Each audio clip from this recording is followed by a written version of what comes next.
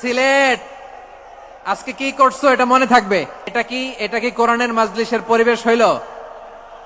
এই সিলেট, এই পুরো লক্ষ লক্ষ মানুষ, আমি তো দেখতে পাচ্ছি কত লক্ষ লোক হয়েছে, একটা জায়গায় কোনো সমস্যা নাই। এখানে কয়েকশো ছেলে পেলে এই ধাক্কা ধাক্কি। মাহফিল চলাকালে 1 ঘন্টা 14 মিনিট পার হওয়ার পর মঞ্চের সামনে সারি থেকে ধাক্কা ধাক্কি ও হাতাহাতির ঘটনা ঘটলে বেশ কয়েকবার থামানোর চেষ্টা করেন বিশিষ্ট ইসলামী স্কলার ডক্টর মিজানুর রহমান আজহারি। এক পর্যায়ে ক্ষুব্ধ হয়ে বয়ান অসম্পূর্ণ রেখেই মোনাজাতের মাধ্যমে মাহফিল ত্যাগ করেন তিনি। না, শান্ত হয়ে যাচ্ছে। হ্যাঁ, ঠিক আছে।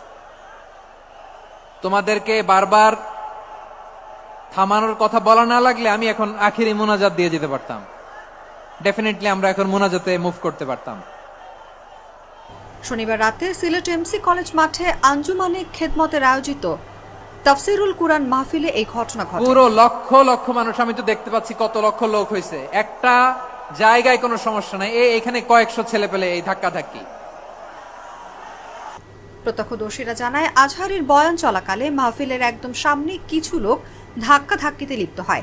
মাইকে কয়েক দফায় অনেকবার অনুরোধ করেও পরিস্থিতি শান্ত করতে না পেরে এক পর্যায়ে মিজানুর রহমান আজহারি বিরক্ত হয়ে বক্তব্য শেষ না করেই দোয়া পড়ে বিদায় নেন। কি করতেছো তোমরা? এগুলো কি করতেছো? না নিজে শুনতে পারতেছো, না অন্যকে শুনতে দিচ্ছ, না আমাকে বলতে দিচ্ছ। কি করতেছো তোমরা? এগুলো কি করতেছো? একটু শান্ত হও না, শেষ করে দিচ্ছি, শান্ত হও। এ সময় আজহারি বলেন, কুরআনের মাহফিলে এরকম বাধা দিত আবু জেহেলের উত্তরসূরিরা।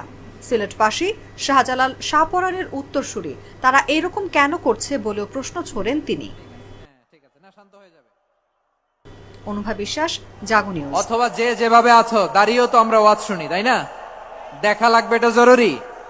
আরে মোবাইলের মধ্যে তো নাম লিখে সার্চ দিলেই সবারে দেখা যায়, ঠিক কিনা?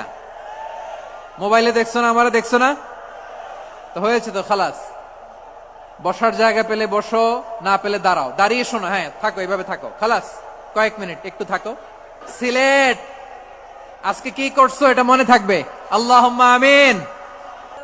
ইন্নাকা আনতাস সামিউল আলিম ওয়া তুব আলাইনা ইয়া মাওলানা ইন্নাকা আনতাত তাওয়াবুর রহিম।